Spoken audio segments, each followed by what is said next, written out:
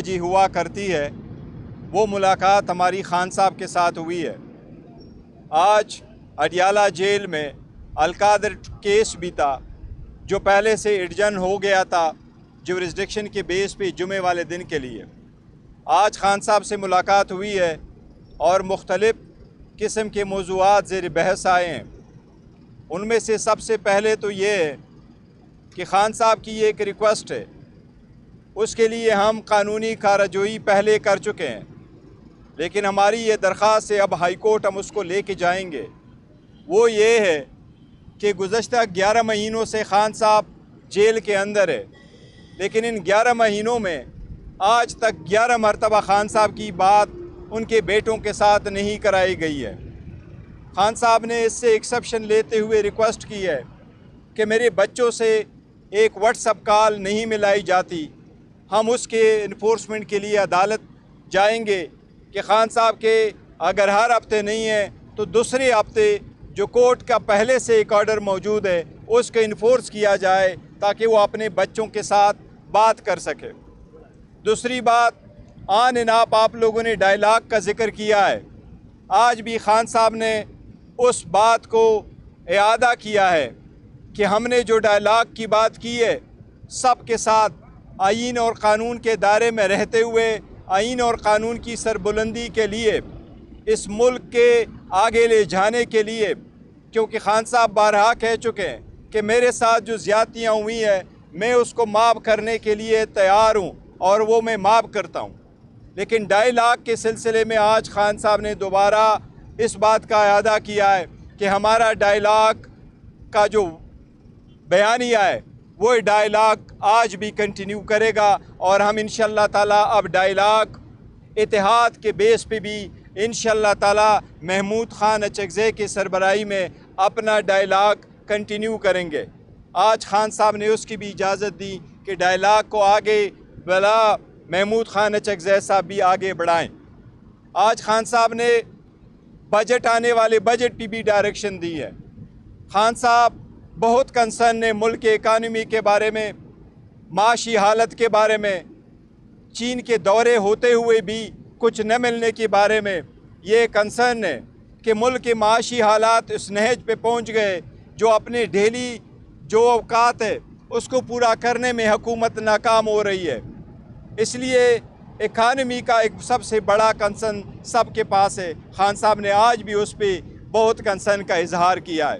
ساتھ ساتھ خان صاحب کی طرف سے یہ ہماری ریکویسٹ ہے عدلیہ سے کہ خان صاحب نے آج بھی کہا ہے کہ میرے جتنے کیسز ہیں یہ پہلے بھی ہم ریکویسٹ کر چکے تھے عدلیہ سے، آج پھر ایک عدلیہ سے ہماری درخواست ہے کہ خان صاحب کے جتنے بھی کیسز ہیں آج عدلیہ کے سامنے وہ عدت والے کیس میں سسپینشن کی بات ہو رہی ہے، اس پہ بھی ہم عدلیہ سے درخواست کر رہے ہیں کہ جتنے جلد سے جلد ہو جائے ہمارے کیسز پہ برائے مہربانی قانون کے مطابق اپنے فیصلے صادر کریں۔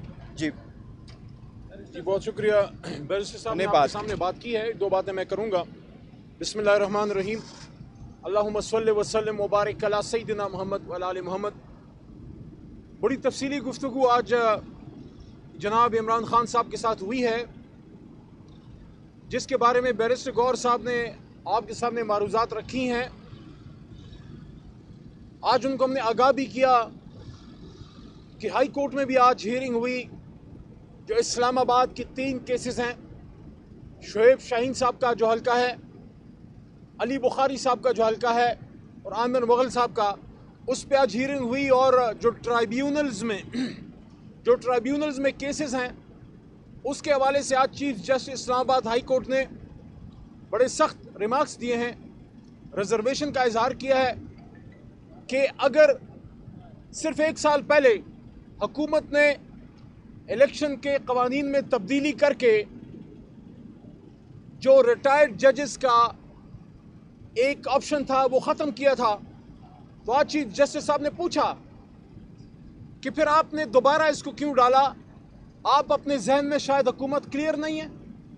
دوسرا سوال آج اسلام آباد ہائی کورٹ میں اس بات پہ اٹھا، جس سے آج جناب عمران خان صاحب کو ہم نے آگاہ کیا کہ چیف جسٹس صاحب نے حکومت سے استفسار کیا کہ جب قومی اسمبلی کا اجلاس